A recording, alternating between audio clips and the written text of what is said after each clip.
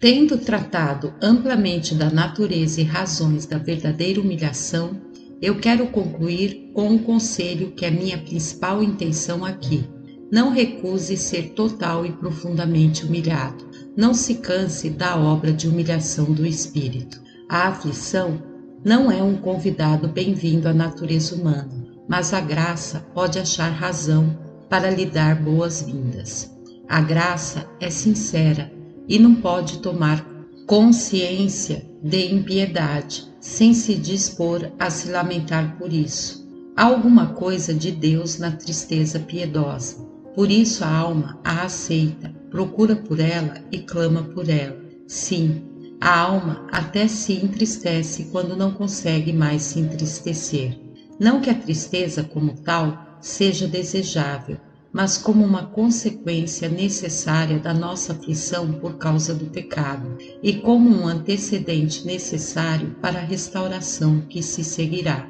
Assim, como podemos nos submeter à própria morte, com acalentada expectativa, porque ela é santificada para ser a passagem para a glória, embora seja dolorosa em si mesma, para a natureza humana. Assim, muito mais, nós podemos nos submeter à humilhação e ao quebrantamento do coração, com um santo desejo, porque ela é santificada para que seja entrada para o estado de graça. A título de incentivo, considere o que se segue. 1. A maior parte dos seus sofrimentos ocorrerá apenas no início, uma vez que você se estabeleça em um caminho santo. Você encontrará mais paz e conforto do que em qualquer outro caminho que possa seguir. Eu sei que se você se envolver com o pecado novamente, ele provocará mais sofrimento em você, mas uma vida piedosa é uma vida de retidão. Conversão é um abandono do pecado e, consequentemente, um abandono da causa de sofrimentos.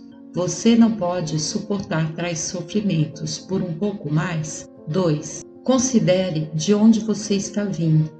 Não é de um estado de ira? Onde você esteve todo este tempo não foi sob o poder de Satanás? O que você fez durante toda a sua vida não foi se submeter à escravidão do pecado e ofender ao Senhor e destruir-se a si mesmo? Seria próprio, seria razoável, seria sincero vir de tal estado sem lamentar ter permanecido por tanto tempo nele? 3. Considere também que a humilhação é necessária à sua própria restauração e salvação.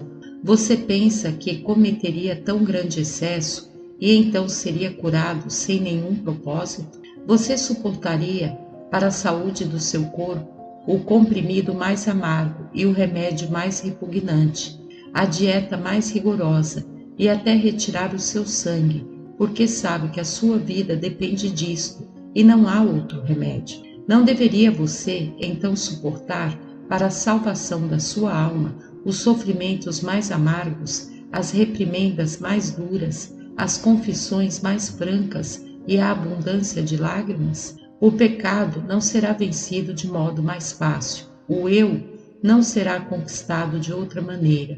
O coração do pecado não será quebrado, até que o seu coração seja quebrado. Nós sabemos que não há nenhum mérito em seus sofrimentos e que não são eles que farão com que Deus perdoe seus pecados. Nem tampouco a sua tristeza é requerida por ser o sangue de Cristo insuficiente, mas ela é parte do fruto do seu sangue sobre a sua alma. Se o sangue dele não derreter e quebrar o seu coração, você não tem parte nele. É preciso que você lamente por aquele que você traspassou. E este fruto do seu sangue é um preparativo para mais. É tão impossível você ser salvo sem fé, como sem arrependimento e humilhação. Considere quanta ruindade havia nas suas obras. Poderia você ser grato por isso? Quem foi que o trouxe a essa necessidade de sofrimento? Você passou toda a sua vida abusando da sua natureza e causando o seu próprio mal. E agora você tem má vontade para com o transtorno necessário para sua cura? A quem você acusaria e em quem encontraria falta, se não em você mesmo? Não foi você quem pecou? Não foi você quem alimentou o fogo do seu sofrimento e semeou as sementes deste fruto amargo e acariciou a causa dos seus próprios transtornos? Não foi Deus quem fez isto, foi você mesmo.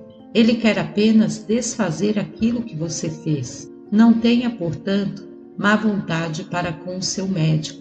Se você precisa ser purgado, sangrado e tem que passar pelas mais rigorosas dietas, mas agradeça a si mesmo o ter que passar por isso. 4. Considere também que você tem um sábio e meigo médico, o qual conheceu ele mesmo o quão são a tristeza e o sofrimento, pois por sua causa ele foi feito um homem de dores, e portanto pode se compadecer daqueles que estão em sofrimento. Ele não se deleita no seu sofrimento e dores, mas na sua cura e subsequente consolação.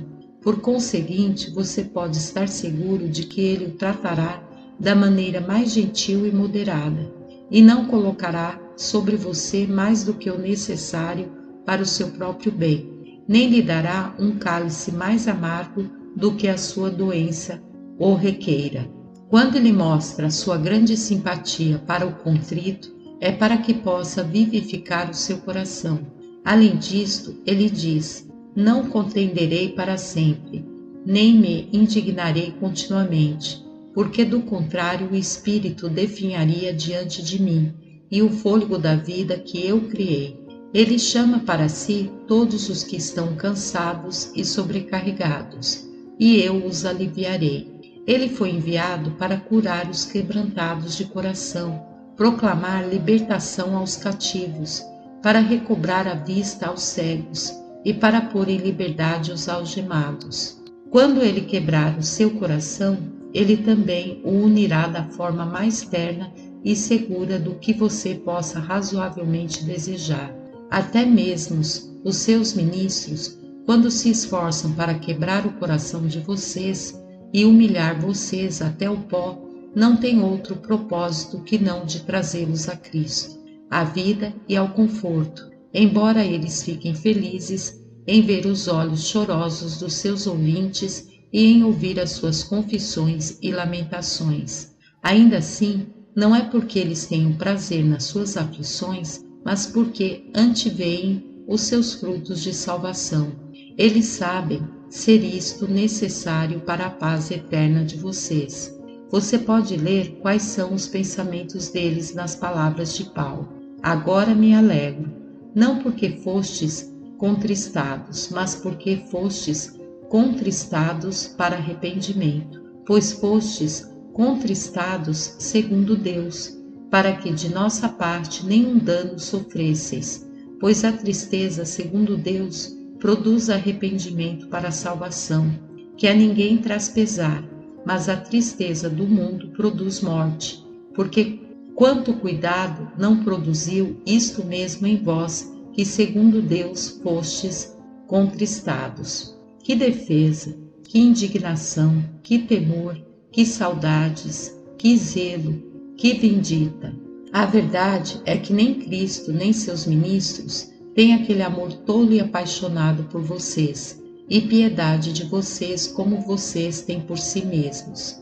Eles não são tão dóceis a ponto de evitar que sofram as tristezas que são necessárias para livrá-los do inferno. Não obstante, eles não colocariam sobre vocês mais tristezas do que é necessário, nem têm vocês experimentado uma gota de vinagre ou fel, ou derramado uma lágrima, a não ser que tenha servido para o vosso conforto e salvação. Sim, considere também que sofrimentos são aqueles que os presentes sofrimentos evitam, e que sofrimentos serão aqueles no inferno, os quais são evitados por estes sofrimentos que vêm de Deus na terra. Comparados com os sofrimentos do inferno, os sofrimentos do arrependimento são alegrias, mas os sofrimentos daqueles que perecem no inferno conduzem ao desespero.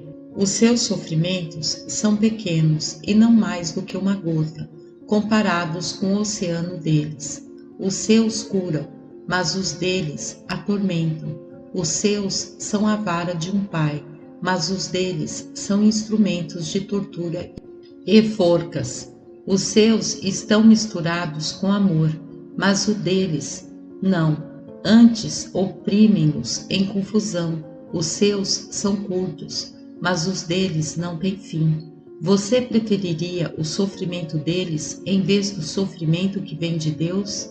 Preferiria você uivar com os demônios e rebeldes do que chorar com santos e filhos? Preferiria você ser quebrado no inferno por tormentos do que na terra pela graça? Não é algo razoável de sua parte rebelar-se por causa dos sofrimentos que acabarão por salvá-lo, se você lembrar do que eles irão salvá-lo e do que sofrem todos aqueles que não são humilhados aqui pela graça. O quão diferente é o sofrimento que outros estão agora suportando. Não resmungue por causa da abertura de uma veia, enquanto que muitos milhares estão agora sangrando até o coração. 6. Considere também que quanto mais você for corretamente humilhado, mais doce Cristo e todas as suas misericórdias serão para você enquanto viver. Uma prova do amor de Cristo fará com que você bendiga aqueles sofrimentos que o prepararam para isto. O próprio Cristo não é igualmente valorizado, nem mesmo por todos aqueles que ele salvará. Não deveria você ser antes esvaziado de você mesmo, mais e mais, para que seja mais cheio de Cristo daqui em diante? Quando você sentir os seus braços envolvendo-o e vê-lo naquela postura em que se encontrava o pai do filho pródigo, você agradecerá aqueles sofrimentos que o habilitaram para os seus braços. Se você for totalmente humilhado, viverá todos os seus dias de modo muito mais seguro. A humilhação lhe fará odiar o pecado, por causa do qual você veio a sentir dor aguda, e lhe fará fugir de ocasiões que lhe foram tão caras. O pecado do orgulho é um dos pecados mais mortais e danosos no mundo, e é a razão de milhares de mestres serem mal-sucedidos. A humilhação é totalmente contrária a ele, e portanto precisa ser algo bem-vindo e desejável. Valeria a pena suportar todo o sofrimento que 100 homens suportam aqui para salvá-lo deste perigoso pecado do orgulho. 7. Uma humilhação profunda é usualmente um sinal de uma maior exaltação futura, porque quem a si mesmo se exaltar será humilhado, e quem a si mesmo se humilhar será exaltado. Humilhai-vos, portanto, sob a poderosa mão de Deus, para que ele em tempo oportuno vos exalte. Quanto mais alto um homem pretenda construir, mais profundamente ele deve cavar para fazer o alicerce. As suas consolações serão provavelmente maiores quanto maiores forem seus sofrimentos. Você pode livrar-se daquelas hesitações que acompanham outros por todos os seus dias e que acabam fazendo com que nunca sejam verdadeiramente humilhados. Você não precisa estar ainda questionando ou arrancando seus alicerces, como se você tivesse que começar tudo novamente. Se muitas coisas concorrem para o seu sofrimento, isto é um sinal de que você poderá ser grandemente usado. Paulo deve ter sido humilhado profundamente na sua conversão, a fim de que pudesse ser habilitado como um instrumento escolhido para levar o meu nome perante os gentios e reis. Coloque tudo isto diante de você e considere quantos motivos você tem para acalentar a obra de humilhação da graça e não, ao invés disso, apagá-la. Quando o seu coração começar a se afligir por causa do pecado, não procure a companhia dos tolos para beber ou se distrair, com o propósito de se esquecer da aflição do pecado. Não expulse estes sentimentos da sua mente, como se fossem indesejáveis, como se eles houvessem vindo para magoá-lo, mas fique sozinho e considere o assunto, e de joelho, em secreto, clame ao Senhor para visitá-lo e para quebrar o seu coração, e para prepará-lo para estas consolações salvadoras. para que não o deixe neste mar vermelho, mas traga-o à outra margem e coloque em sua boca os cânticos de louvor.